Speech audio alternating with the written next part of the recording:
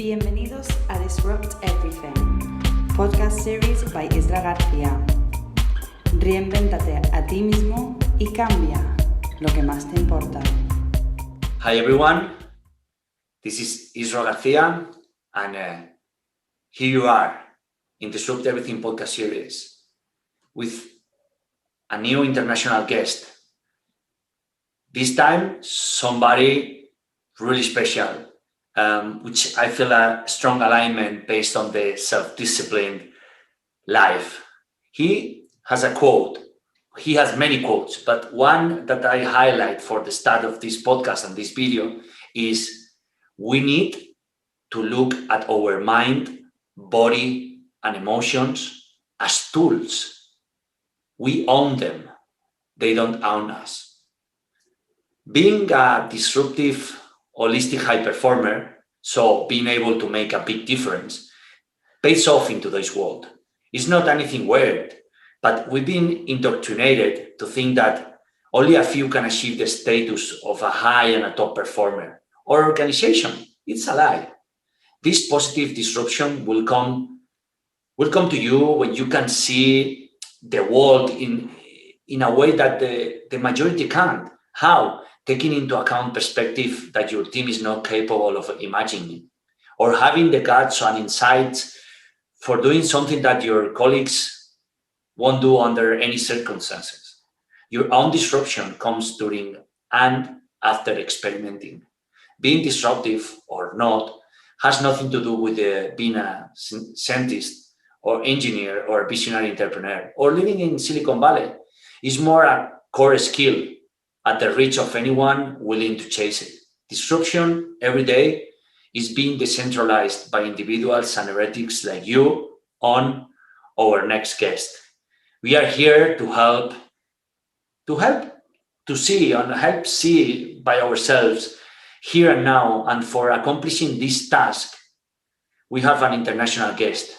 We have the big honor of chatting and interviewing Dandapani, Hindu-pressed, prolific entrepreneur, and a former monk for 10 years, and also a big spiritual and mindful disruptor and worldwide leader, and holistic high performer.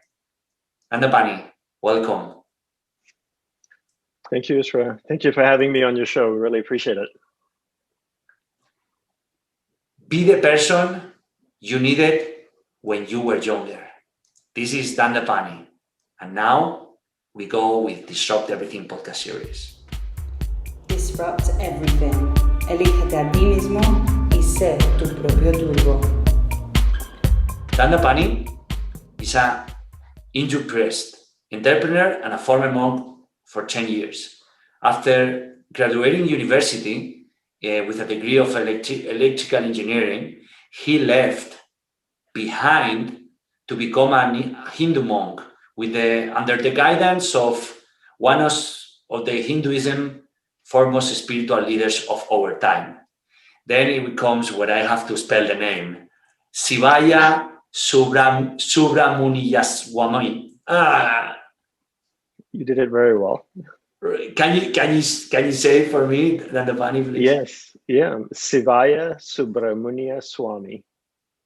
Shivaya Subramunia Swami. Swami. You just have to say 2 letters at a time and don't panic. Suraya Muniya Swami. Oh my God. That's my rusty English playing my role, you know. For 10 years, he lived a life of serious personal discipline and training at his Guru Cloister Monastery in Hawaii. When his vows expired, he chose to venture into the world of making into New York City as his home. He worked there with entrepreneurs and some of the top athletes in the world, helping them to understand and leverage their mind so they can be at the best at what they do. He does that by empowering them with tools and teaching that have been used by Hindu monks of his tradition for thousands of years. Among his clients are companies such as Fortress Investment Group, Iconic, McKinsey, Revit Capital, Red Ventures, Springer, Nike, Trivago, Amex, Red Bull, you name it, and more. He and his wife are also now passionately creating a 33-acre spiritual sanctuary and a botanical garden called Shiva Ashram in Costa Rica to further and broaden their mission. So it seems we are in the same country. I'm in San Jose and Dandapani is somewhere in Costa Rica. In Nosara. So that's in Nosara. So that's the big synchronicity and the wonders of living every day. Dandapani, welcome to the Disrupt Everything podcast series, and thank you for the chance to be with us and share your experience, knowledge, and wisdom with us. No, thank you, Isra. Thank you for having me. So, when designing the interview and the questions I would love to ask, first question I ponder and I also ask some of the biggest disruptors being in the podcast is, what are your lifetime highlights? So if you were about to put your life in a timeline since you were a child and since you can recall up until now, what would you say that were your lifetime highlights and why? Good question. Never been asked this one, so thank you. How many do you want? Two or three? Yes, two or three. Yes, exactly. 2, 3, 4. Yeah, if we're looking at just experiences and not just one-time thing, then I would say, living with my guru for almost 3 years in the monastery before he died was probably the most profound time in my life. To live with him every day, learn from him, get trained by him, eat with him, meditate with him, pray with him. It is the most blessed time of my life for sure. That I would say it was very, very special. I would say it was a really big highlight of my life. I don't also want to highlight that everything that highlights should only be things that are positive. When my guru died, that was a big highlight of my life. Was it a great experience? No. Was it devastating? Yes. But was it a turning point in my life? For sure. If you're talking about spikes in my life, in my timeline, then that was definitely one of them. His passing away was a huge experience in my life. Leaving the monastery was also a big highlight. I didn't decide to live in the monastery for 10 years. My goal was to live forever as a monk, but I decided to leave at some point. And so that was a huge decision to leave. So that was another highlight. And I would say the most recent highlight is moving to Costa Rica, 3 months ago. We've been living in New York for the last 10, 11 years. And our goal was to create Shiva Ashram, is to create Shiva Ashram here in Nosara, in Costa Rica, on the Western Pacific coast. And to finally move here and live here and begin our journey of creating this is definitely a massive turning point as well.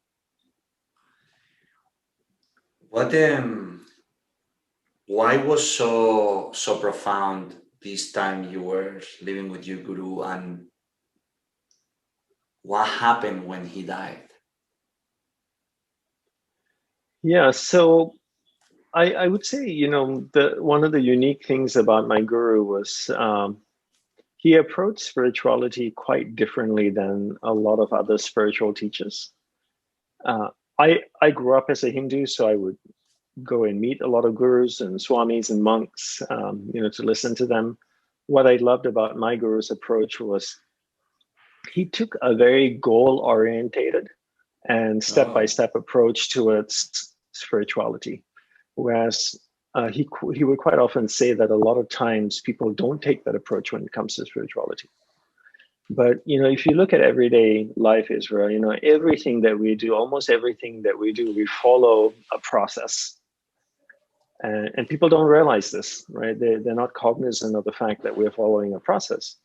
I'll give you a simple example. Most people take a shower every day, right? Some of us are blessed that we can take a shower every day. Before you shower, you take your clothes off, you get wet, you check depending on where you're living, you check the temperature of the water. Maybe in Costa Rica, the water's not cold, so it's okay. But if you're living in England or somewhere where it's winter, New York, you get the water the right temperature, you get wet, you put soap, you wash the soap off, you wipe yourself dry, you put new clothes on, you leave the bathroom. It's what, 7, 8 steps? I don't know, something like that. You never mix those steps, right? You always follow those sequence. You don't go in the shower with your clothes. You don't put soap on your dirty clothes. And then you take your dirty clothes off, you put your new clothes, you wash your new clothes, then you wipe your new clothes down, and then you leave. You don't. You follow the process. You stick to the process because the process gets you to the goal. What is the goal? The goal is to clean your body. And a lot of people don't take, so basically in everyday life, we have those processes. We put our socks, we put our shoes, we tie our shoelace. 3 steps. We always follow that steps. We don't put the shoes, tie the shoelace, then put the socks.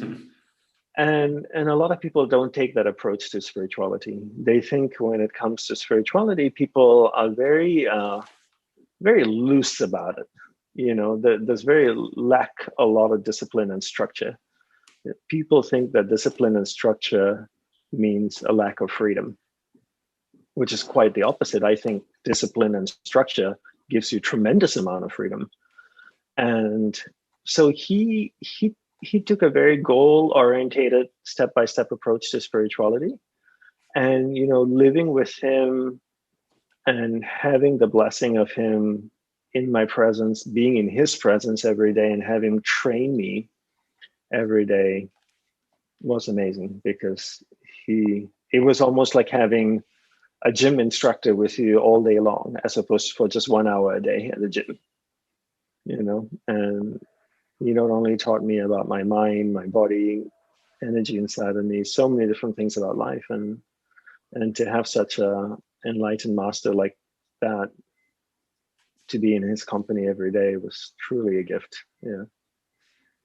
What are the most impactful teachings you have received from your guru? What is the most impactful? Yes, teachings. Yeah, I would say understanding how the mind works. I talk about this a lot, and you can listen to it on my TEDx talk, and I have an online course. Unwavering focus. I will put it on the show notes. Yeah, that's a great one. Where I go into detail about it. It's basically understanding how the mind works, understanding the difference between awareness and the mind. Why I say that's profound? It's profound because we create everything in our life with our mind, right? Some months ago, you had a concept in your mind, Israel. You had an idea, an inspiration to create a podcast. It started in your mind, and then you started to think about it, and you think about it. How am I going to do it? What am I going to call it? Who am I going to interview? What kind of questions am I going to do it? What's the format? Should I edit it? Should I not edit it? Should I be raw? Should it be polished? It all started in your mind before it became physical, where it's actually happening now. And if you don't understand how the mind works, how can you control it? How can you control it? How can you harness it? How can you channel it to create what you want in your life? Whether it's to manifest things physically, materially, spiritually, you have to understand the tool that you're working with. I always share this very simple example, Israel. One of my really close friends is a Adobe certified expert or something like that, right? So he's been certified in 7 Adobe programs, so Photoshop and InDesign and things. So I remember a few years ago, and he's a photographer as well, and a few years ago, he lives in Australia. He took a picture of the Mini, and he sent it to me, like a Mini Cooper, right, car. And he sent me the picture. I was in New York, and he sent it to me on email, and he said, this is a picture of a Mini I took by the side of the street. It's parked, and I touched it up in Photoshop. What do you think? I said, yeah, that's okay. So what? No big deal. It's a car parked on the side of the street. he wrote back to me and he said, they don't make 4-door minis. I think back then they only had a 2-door Mini Cooper.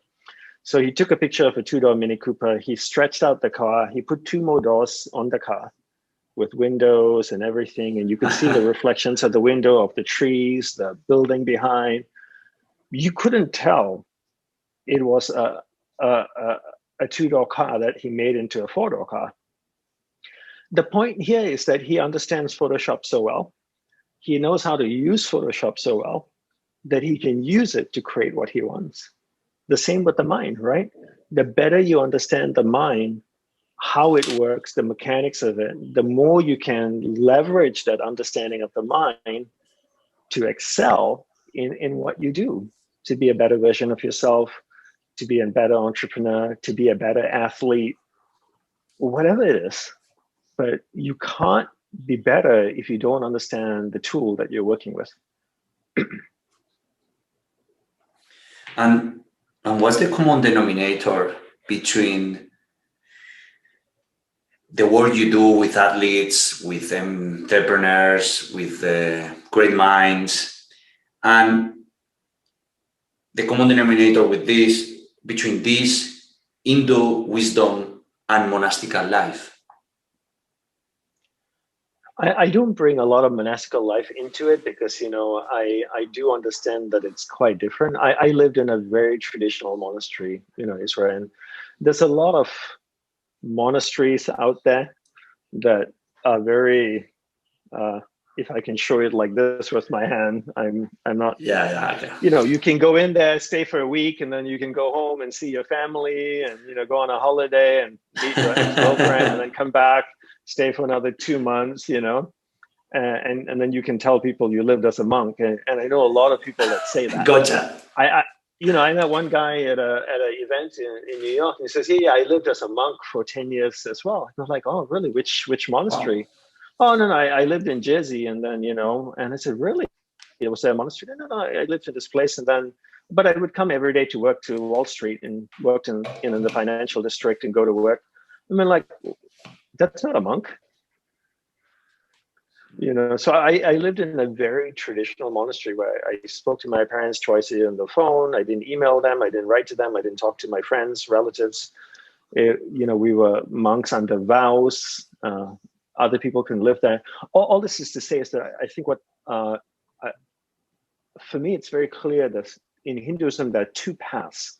There's the path of the monastic as a monk, traditional monk. And then there's the path of a householder, a family person. So, for example, I'm a Hindu priest. As in Hinduism, a priest falls under the householder category, meaning a family man. So you take the Catholic religion, for example, and you live in Spain too, right? You're from Spain, yes. Aren't you? So there's a lot of Catholic, monasteries and things like that. And Catholic monks and Catholic priests are very similar. They lead celibate lives. They live by themselves or with other monks or priests in monasteries or churches, right? Hinduism, it's a different. Monks live in monasteries. Priests live as a householder, as a family person. So even now I'm dressed as a Hindu priest. It looks like a monk. It's hard to tell the difference sometimes. So I can get married. I have a wife. I have a kid. I can work at McDonald's, so I can be an entrepreneur. It's totally up to me. As a Hindu priest, this is what Hinduism says. So when I train athletes and entrepreneurs, I don't bring a lot of the monastic stuff into it because it's a very different life. But the common denominator would be is that I always start with training about the mind, right? Because I work with usually people that are very, very successful at what they do. And where they're lacking is they understand the subject matter, they understand what they're doing really well. They just never been trained on how to use their mind or how their mind works. So I give them, from a basic to a deep understanding of how the mind works so they can leverage that to be better at what they do, to be a better football player, be a better entrepreneur.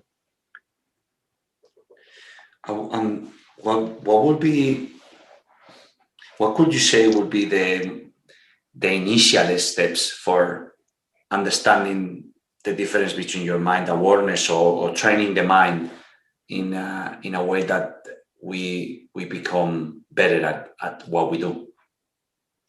Yeah, the first step is really, and again, I just want to be clear, this is only one perspective, right? This is the tradition I was trained, and I'm sharing it.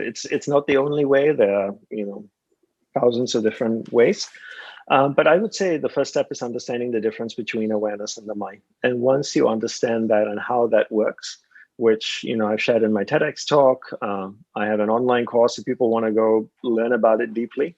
But that's the first place you start. The second step after that is to learn how to develop concentration and willpower so that you can harness your awareness and focus it on one thing.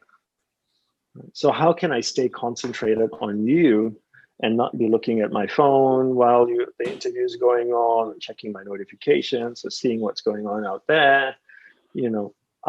I need to develop concentration and I need to develop willpower. So that's the second step.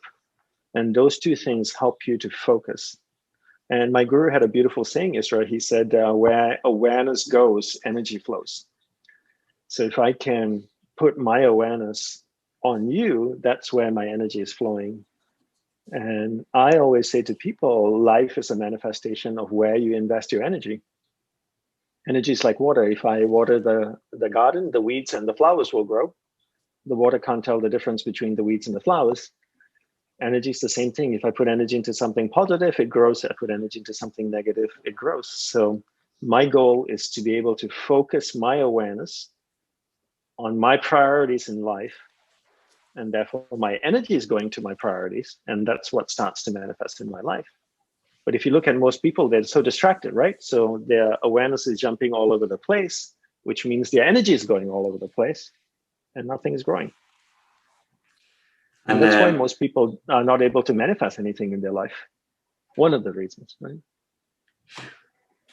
Why do you think people, so how can we avoid these like thousands of distractions and be concentrated and have this willpower? You have to want it, right? You have to want it. The biggest reason why most people don't do anything about it is because they don't want it badly enough. How badly do you want something? That's what determines if you get it or not. When my guru asked me when I was still in university, and I told him that, yes, I want spiritual unfoldment, I want enlightenment, self-realization, this is my goal in life. He asked me, how badly do you want it? I said, I'm willing to give up everything. My family, a career, spouse, children, food, chocolate, sex, beach, ice cream, everything. I'll give everything up for this. And I did. If you ask most people, what are you willing to do? They say like, oh, I don't have $99 to buy your course, but, I do have $1,100 to buy the iPhone Pro X, and I do have, $100 to go out to dinner with my friends and buy wine and go out every Friday night to have dinner and enjoy things. But, $99 to buy lifetime access to content that I've taken and spent years, 2 decades, over 25 years, condensing precisely into a very systematic process to understand here in one package. You don't have to leave your home. You don't have to give up your family.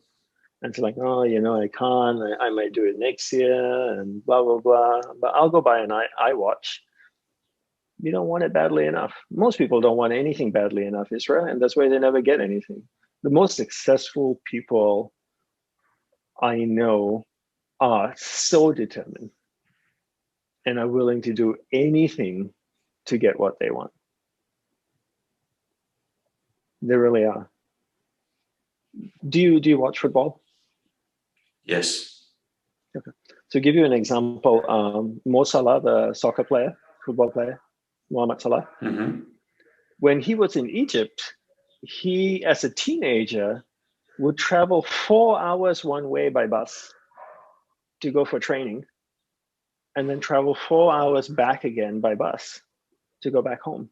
8 hours a day in a bus to go training. You tell me if this man wants something or he doesn't want something. Every day, 8 hours, 4 hours each way. You know, the best, it comes down ultimately to how badly you want it. And people don't want it badly enough. They have a passing desire. Oh yeah, I really, you know, I want to have a successful life. I want to make money. I want to do this. And it's like, no, you don't. I want something badly. I am going to go for it and nothing is going to stop me. Someone asked me, I was doing an event in London last year, and the year before, pre-COVID. No, actually, beginning of last year, before COVID. And someone asked me in the audience, you know, what if you die before you get your goal? And I said, well, I believe in reincarnation. I'll come back and still keep going at my goal. Right? Amen. Amen. Why would I let that stop me? Why it would resonates. Come back and just keep going. You know, why would you give up just because you died? Well, you're going to be born again. Keep going. You know, you have to be determined. Right? Yeah. So determined that when you die, you're going to come back again and you're going to still trying, right? That's a stoppable attitude. Right. Yeah. Basically, that's the attitude you must have. Nothing stops you. The only one. How does 10 years of Hindu monastic discipline have shaped your life?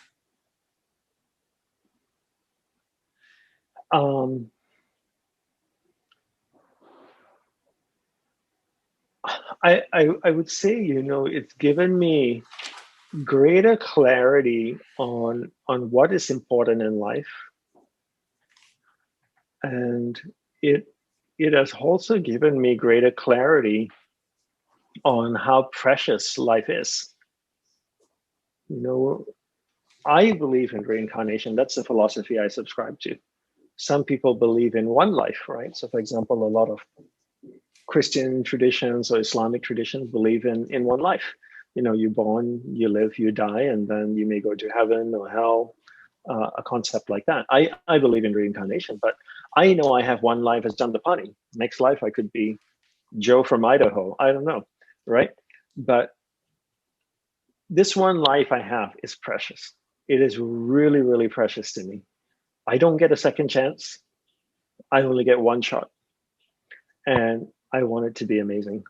And the training I had in the monastery has given me the tools and the teachings to better understand myself so that I can really live a rewarding life, right? A really special life, that this one life is truly special to me. You know, when my guru was dying, one of the things he said on a few days before he died was, what an amazing life. I would not have traded it for anything in the world. You know, what an amazing life. I would not have traded it for anything in the world.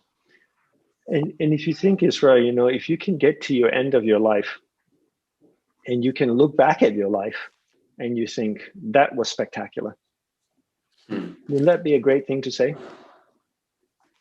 As opposed to look back and be full of regrets, you know? And I'm not saying I don't make mistakes. I make plenty of mistakes. I have lots of room for improvement, you know, for sure. But the training I received has given me the tools and the insights to live a rewarding life. And I think that's what's lacking, right? Is that most of us, I was blessed that I got a chance to live with my guru in a monastery, but most of us don't have these tools and insights. So therefore, we don't get trained how to live a rewarding life. We go to school all over the world, you know, we learn math, we learn science, geography, history. biology, chemistry, all kinds of things, but no one teaches us about life. They don't teach you in your school how to eat properly, how to exercise, how your body works, how to breathe, how to think, how to work with your mind, basic human skills, how to sleep, how to wake up. That should be taught, right? Yeah, math, language, all important. Do we need to learn the periodic table? If you want to be a chemist, maybe. But if not, I don't think it's necessary to learn the periodic table. I think it's better if you taught somebody how to breathe, how to eat, how to sit up straight, how to walk properly, keep a good posture, basic exercise, stretch, move. We don't, right? So I think that's why a lot of people struggle. And I was blessed to be taught these things in the monastery. Yeah, being good at school is great if you want to be at school forever, right? Yeah, exactly. Yeah. So I was terrible at school. Me too. I didn't pass the first course, man. So I repeated the first course. I still keep asking how was possible, but I'm glad I did it. I don't know. The only reason I got through school is because God loves me. It's the only reason. There is no way in hell otherwise I would have got through school. Can you share with us a bit of your training in the monastery and from your experience, the most practical way to build discipline? So they are really linked. Yeah. I would say that discipline comes from love, right? If you love something, beautiful. you want to discipline your life to experience more of the love. So I'll give you a simple example. If Joe likes to play the guitar, right? And he starts playing the guitar and he really likes it. The more he plays it, the more he loves it. So now he starts disciplining his life. His friends say, hey, let's go out today and go to a party. He goes, no, I have to practice, right? And he goes, I don't want to go out every day. I'll go out with you on Saturday night, but Monday to Friday and Sunday, I'm going to be practicing my guitar 6 hours a day. I love playing the guitar. So when you love something, when you're passionate about something, you structure your life, which is another word of saying you discipline your life so you can have more of what you love. I love my wife and my daughter. And, my daughter's a little over 2 years old, and I want to spend a lot of time with her, right? So ever since she was born, I needed to discipline my life a lot more. I needed to choose who I want to spend time with, because now I have a new element in my life, right? So I still have 24 hours. I don't get extra hours because I have a daughter. So I need to say no to more people and more things so that I can give time to my daughter. So the love for my daughter helps me to discipline my life. And I think a lot of people don't have discipline because they don't have something they're passionate about. They don't have a bigger purpose in life. There's no big vision or mission they're trying to accomplish in this life. Therefore, no passion, no purpose, which doesn't breed love, which then why do you need to discipline your life? What have been your best findings on what been your best findings on calming the mind? Because that's the way I was seeing you in some interviews, the TED Talk on Unwavering Focus that I will share also in the podcast show notes. And I saw you have a really calm, not only way to speak, to move, and also it comes from inside, this inner calm. So what have been your best findings on this?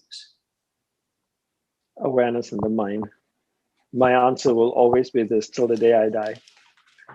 And you know what people always say to me? A lot of people say, Isra, that's all this guy knows. He doesn't know anything else. He repeats the same thing over and over again. I've heard this before. There's nothing new. And you know what the truth is? There's nothing new. You just have to learn this one thing. If you can control your awareness in your mind, you can control how you react and respond to things. Right? And if you can't control your awareness in your mind, then your environment, which I define as the people and things around you, will control your state of mind. And if your environment is stressed, you will feel stressed. If your environment is anxious, you feel anxious. If your environment is fearful, you will feel fear. If your environment is worrisome, you'll feel worrisome. And if you can control your awareness in your mind, then you can control a lot of how you respond and react to things. I still have a long way to go in my practice. I'm still junior, in kindergarten, learning about awareness. I need to graduate to the next level to primary school. And because the more you learn, the more you realize how much you have to learn, right? Yes. Yeah. I've been the last book I published is about modern Stoicism and talks about the dichotomy of control. You cannot control the things outside of your control, but you can control how you react. But how you can control them, with this awareness, right?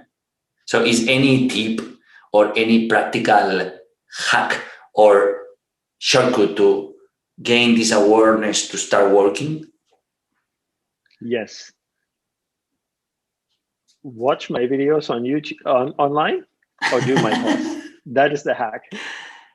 I'm going to do it. I tell you, I'm going to do it. That's for sure. For so many years, people would ask me, like on podcasts and interviews, tell me how, give me the quick, tell my listeners how to do this. And I would tell them. And now I'm like, you know what? If you're serious about it, commit, go do it, learn it. I love it. Don't come on Isra's podcast for a short quick fix. There's no quick fix. It's painful year after year of practice, over and over and over, repetition of the same thing. And the problem is everyone wants something new. They read a book and they go, okay, I read this book. Very insightful. I'll talk to my friends about it. And then I read the next book. I say the same. I do this course. I do that course. I read another book. Oh, I read Eckhart Tolle, Power of Now. And then I read, Tony Robbins. I read this book. And a library is useless because all the library does is a storehouse of information. When does it become useful? When you can take that information, apply it consistently in your life to create change.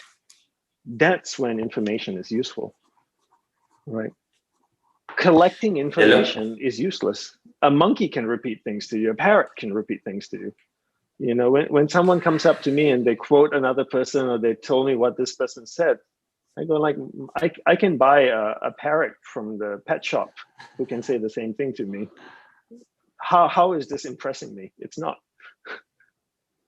Apply it in your life. Show me how it's changing your life. Then you will impress me.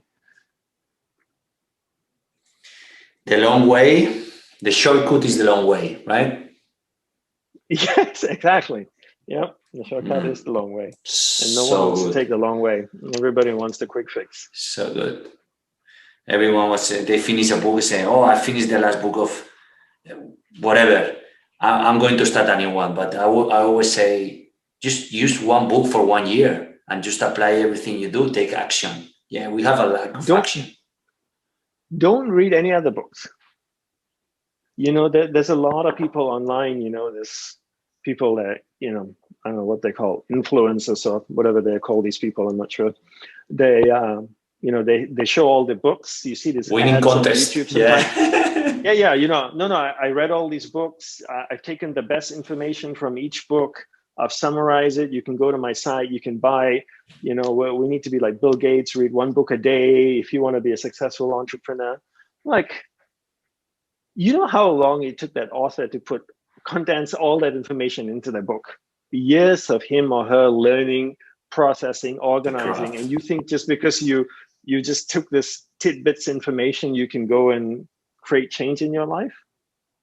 I don't know what kind of crazy universe people live in their head, but you know, you put it into the words, the reality.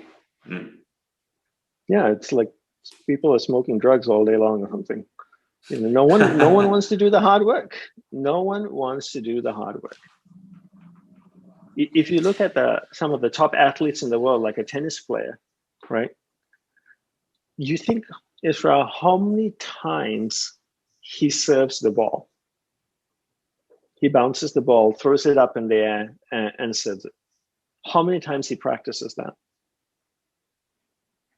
And maybe the best player, he doesn't have 1,000 different serves.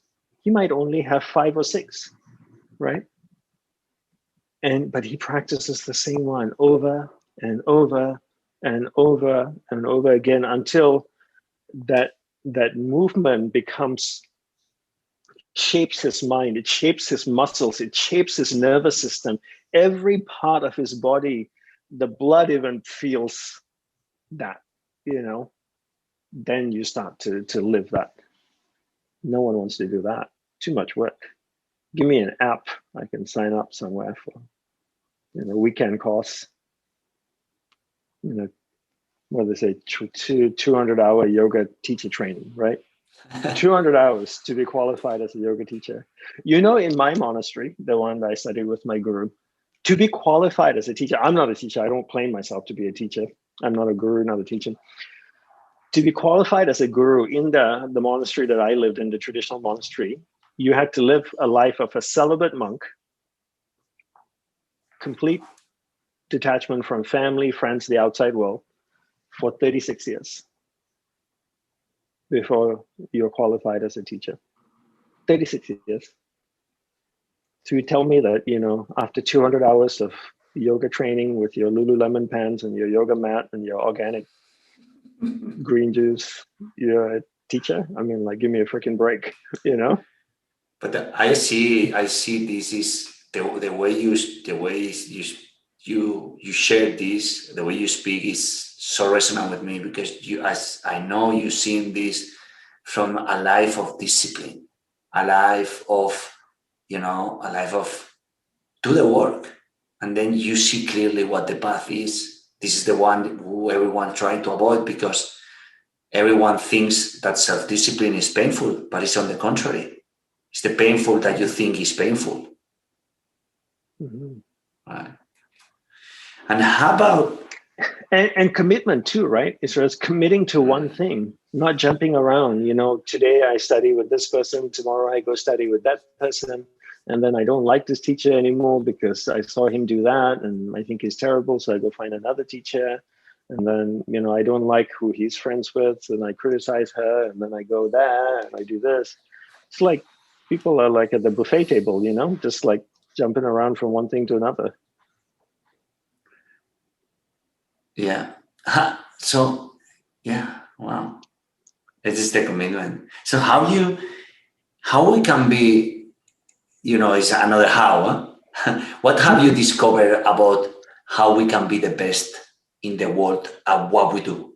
What have you discovered over all these years working with people, working yourself? What have been your discoveries?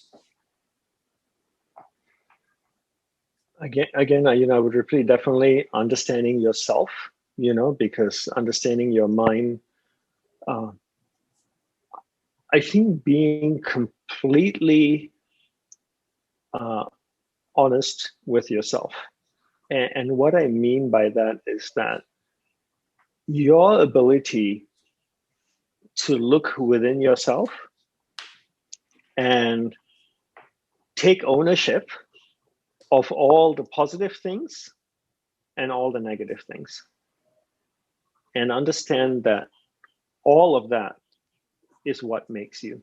So when I look at myself, and I'll say this to you, Israel, a lot of people, they've said this to me. They look at me and they think that, my life is something special. Why? I lived 10 years as a monk. This is what I do. I travel around the world. I speak. They see me on YouTube. They see me here. They see me on interviews. They see me dressed like this, they think, you know, his life is perfect. He focuses all day. He's got no problem. He sleeps 8 hours a day and he can fly through the air, you know? But that's not my life, right? If I look at me, I see inside of me a lot of positive things and a lot of negative things, all of which I understand is me. Now, the positive things I try to build on and grow them and make them more positive. The negative things, I assess them and break them into levels of negative things, like level 1 to level 10, for example. Level 1 are the easy things to change that maybe I can change right away, or it takes me a day or 2 days or a week. And then like level 10 things are, it's going to take me maybe 10 years, 20 years, 30 years to change. You know, they're deeply ingrained inside of me. Maybe certain habit patterns, way I think, things I say, things I do, right?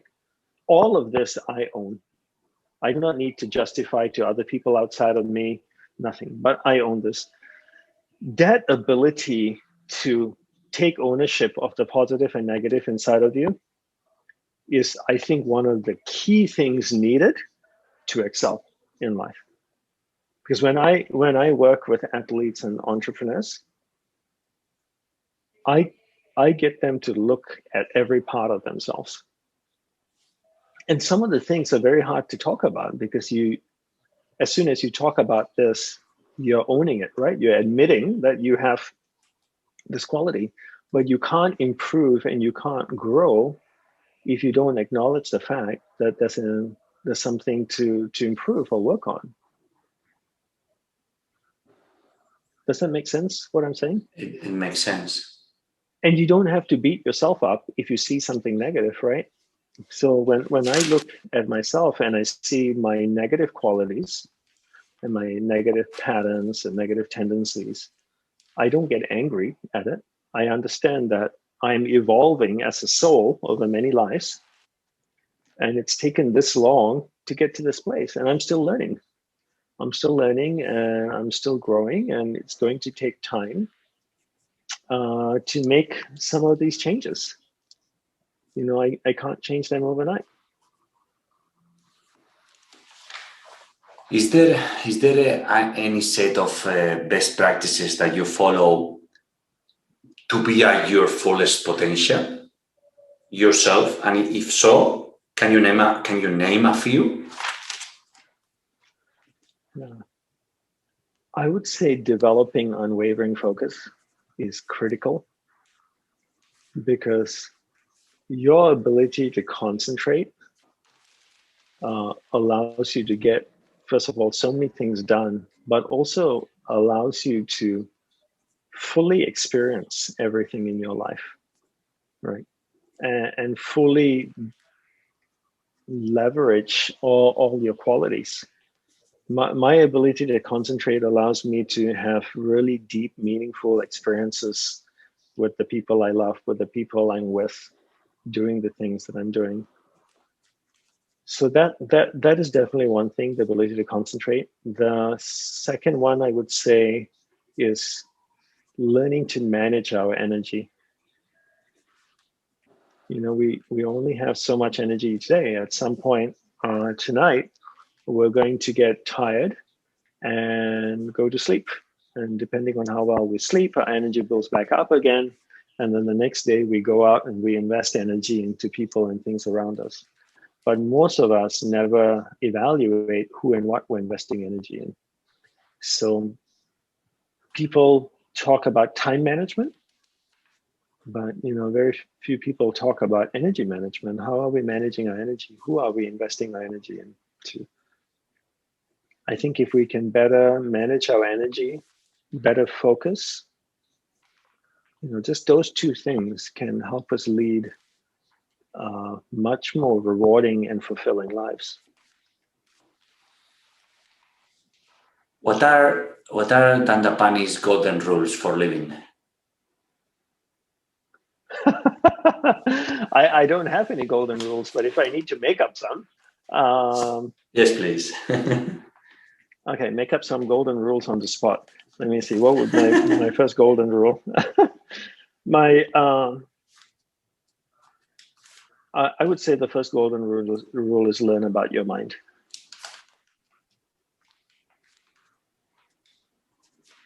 Understand how your mind works and leverage that understanding to create a beautiful life for yourself. The thing is, I have a wife, I have a daughter, but I don't have to see them every day, all day, not every day. When my daughter goes to school or my wife is outside, I don't see them. But my mind, I live with 24 hours a day. I can't remove my mind. Even when I sleep, my mind is functioning, my subconscious is functioning, right? I'm dreaming, whatever's in my subconscious is coming up. So golden rule number one is, if you're going to live with something 24 hours a day, 7 days a week, you better pay understand what the attention. hell you're living with. Start paying attention, start understanding it, Why would you live with something that you don't understand, that's torturing you, that you can never separate yourself from? Golden rule number two, focus, focus, focus.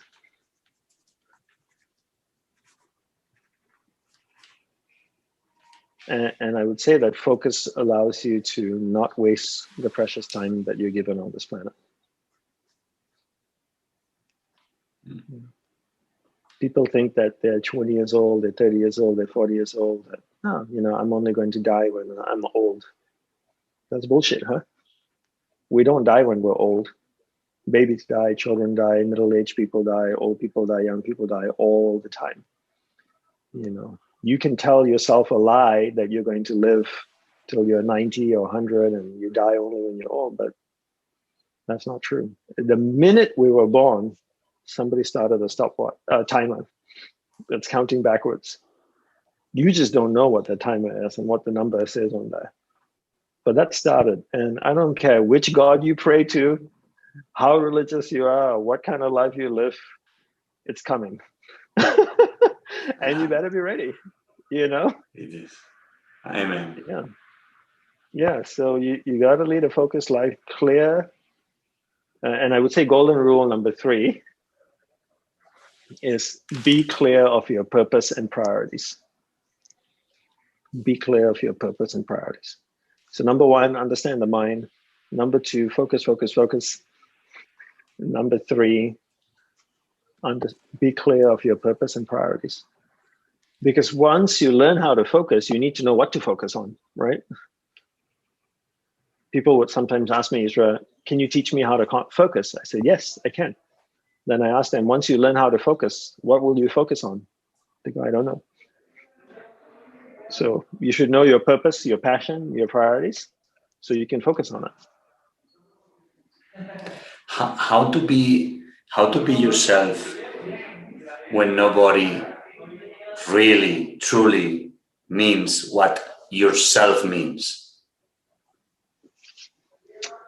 Can you ask me that again? I want to understand it better. Yeah. How to be yourself when nobody really truly knows what yourself means, so what you are? I would say, I would define authenticity, being authentic, is when your inside is in alignment with your outside. That's when you're being authentic. And maybe every day you're learning something more about yourself. But for today, as much as you know on your inside, you should live on your outside. Beautiful. I'll give you an example, right? So take a yoga person. I hope the yoga people don't think I'm beating up on them, but like I've seen so many times where there's like a yoga girl, she goes to like a yoga retreat, in India or somewhere, and they're sitting in a circle, meditating, chanting Om. And you ask them, what's your name? And they say, my name is Shanti. This is a white girl with blonde hair, right? My name is Shanti. That's her yoga name. right? And then when she goes back to her office in New York, her name is Julie. So make up your mind. Are you Shanti or are you Julie? My name is Dandapani when I'm on Isra's podcast, but when I go out and talk at a corporate office at Nike or American Express or Bloomberg, I don't call myself Bob or John. Oh, my name is John. No, I'm still the same guy.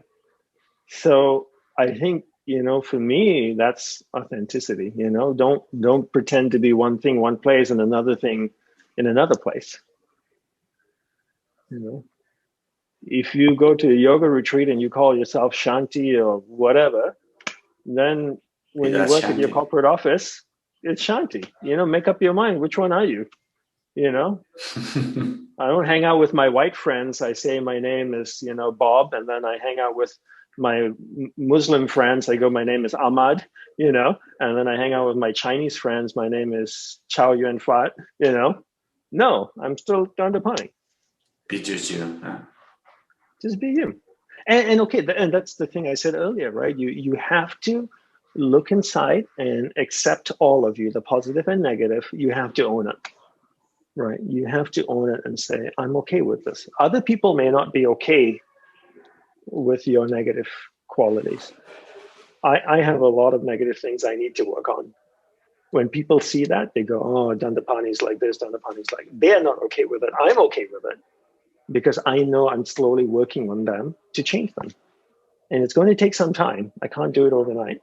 It's going to take some time, but I'm okay with it. So I have no problem with this, I never claim to be perfect. I don't need to be perfect. So therefore, I can be strong. The strength comes from acknowledging and owning all your shortcomings, all the positive and negative inside of you. You have to own it. And it's not something you need to be ashamed of. As long as you understand that you are a work in progress and you're continuing to work and grow and change over time. Can you share with us your the most consistent habits that you practice every day? What do you think it is? Meditation? Focus? Yes, that's one. Good. And training the mind? Exactly. You're good learner, Ishra. My most consistent habits, my two most consistent things I practice all day long is learning to focus, practicing focus, giving the people and things my undivided attention, and learning to control awareness in the mind. Where does my ball of light go in my mind? I work on that all day long. And that's my practice. And what skills 20-something is. And what skills have served you the most to be where you are? Skills meaning like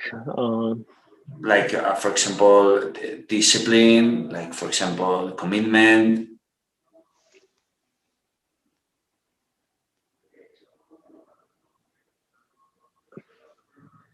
I'm trying to see if I understand the question. So what skills help me to be where I am? Yes, has served you the most. Exactly. Yeah. I would say, unless you call focus a skill, that's probably a big thing for me, learning, the ability to focus, because it's so easy to get distracted. You see opportunities, you see different things. Oh, that sounds interesting. I should do that. I should do this. Maybe I should pursue that. No, it's like always bringing my focus back to what's important, Yeah. And now that as you... Hey, Isra, just really quickly, I do have another meeting coming up in 5 minutes, so I think we need to wrap up pretty soon. We jump on in the rapid fire questions and we close. Okay, perfect. Yeah. Okay. I got another 5 minutes and we can do that. Yeah. Perfect. So we jump into the rapid fire questions. So first question is what's the book that you have that we all should read? the book we all should read? I am not a good book reader. Full disclaimer. I'm really bad at reading books. So can I skip this question because I don't think I'm the right person to? Yeah. Perfect. Any video documentary that you recommend us?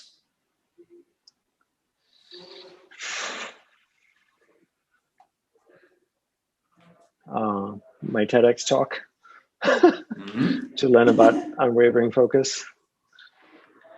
A skill you want to master? Yeah. One skill I want to master? Yes. Concentration, focus. A word to coin what you are? Oh, good question. Student. What are you most proud of?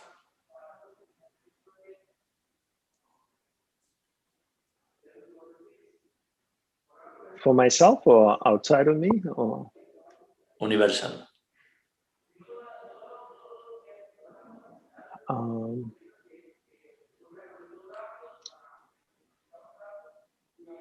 I would say outside of me, I'm most proud of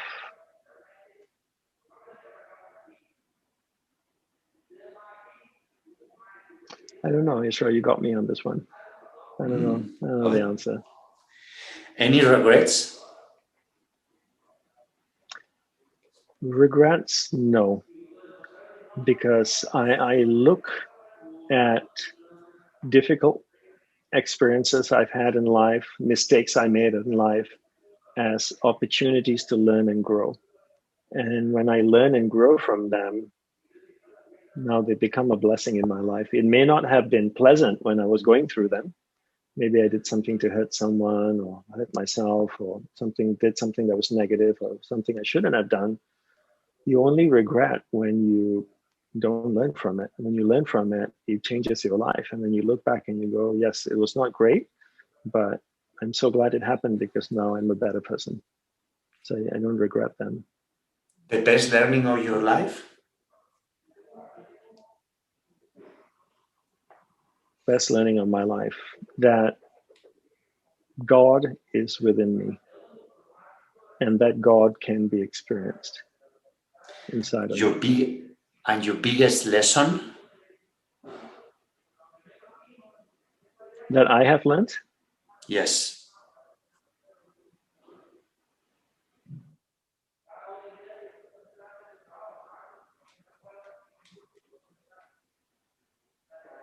That awareness and the mind are two separate things, and that you can harness your awareness and navigate it into the most refined areas of your mind to experience the very depths of you. And the last two questions for the rapid fire questions. What are the top 3 persons that you ask for advice the most?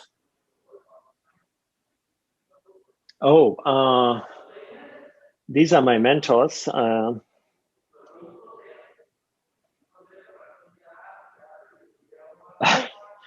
I'm not sure if I should say their name, or I can say their name. I don't know if they're mine. I should ask their permission. But there are 3 guys that I talk to very regularly.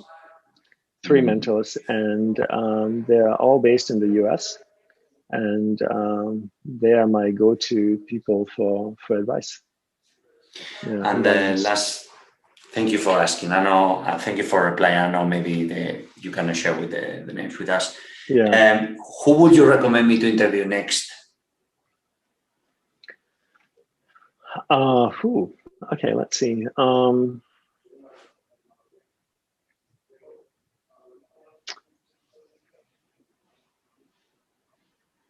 Jim Quick. Jim Quick is a good person. Yeah. Really, really powerful soul mind.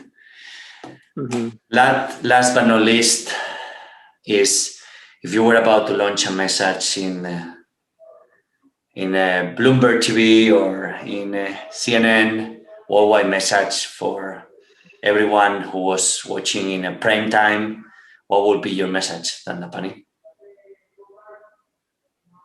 Understand how your mind works, learn to focus your mind, and leverage that to create an amazing life. Is there anything else you want to add? That's it. One the same old message. Where can we find you? Where can people that is watching or listening this podcast can find you? You can go onto my website, which is dandapani.org, and I think Israel put it up on the links. Yes. And you can also go to the App Store or Play Store and download my app. You can search for Dandapani. It's a free app. There's some free content in there, daily journal, quotes, videos, and audio. And then there's also some 3 courses on there which you can pay for if you're interested in pursuing them. And Instagram, you can follow me on Instagram. Most active on there. Is there any way we can support your Shiva ashram? How this is going? How can we follow the process? Yeah, if you go to the sivaashram.org website, SIVAASHRAM.org, and I'm sure I can send Israel put the link up. Yes. We'll be updating it next month in March 2021, updating the site. And we'll be sharing a lot of different ways that you can help and support. But I think once you look at the site, what we're really looking for is highly skilled individuals that have expertise in certain areas, like irrigation of the gardens or architectural design or this or that, solar insights, lighting, like we're looking for real experts. Yeah. Wow, this is a good call for anyone who is maybe interested. Yeah, who can advise us and give us good guidance on how to do things. Yeah. I can put you in contact with some of these people here in Costa Rica already, so we'll be in touch. Oh, perfect. Yep, that would be great. Thank you, Israel. Yeah. So, Dandapani, thank you for your time, for your unwavering focus, for your message, for helping us to work the mind, understanding the difference between awareness and the mind, and for sharing the time with us. It's been a pleasure. Likewise, and thank you so much for all the great original questions. This is probably one of the nicest interviews I've done in years. Yeah, I'm really glad appreciate you. And I'm glad it's this. Yeah. And thank you so much, Israel. My pleasure. My pleasure. It's been an honor to share these moments with you. And as a final quote for Dandapani, as soon as we control where awareness goes, we control where energy flows. As soon as we control where the energy is flowing, we control what it is manifesting in our life. And meditation is the art and science of directing awareness. Dandapani for the Disrupt Everything podcast series. Thank you so much. May God bless you. Thank you. God bless you too. Thank you so much. Take care. Take care. We stay in touch. Okay, will do. Thank you, Israel. Bye. Thank you. Bye. So, did you have the interview with Dandapani? As we don't do cuts or editing, he had to leave. I was pushing the interview, and I skipped not so many questions. I skipped like 5-6 questions, but everyone has his agenda, and I was pushing the time and the questions, but we got to the end with a beautiful interview, really useful, really valuable, really powerful. You own disruption.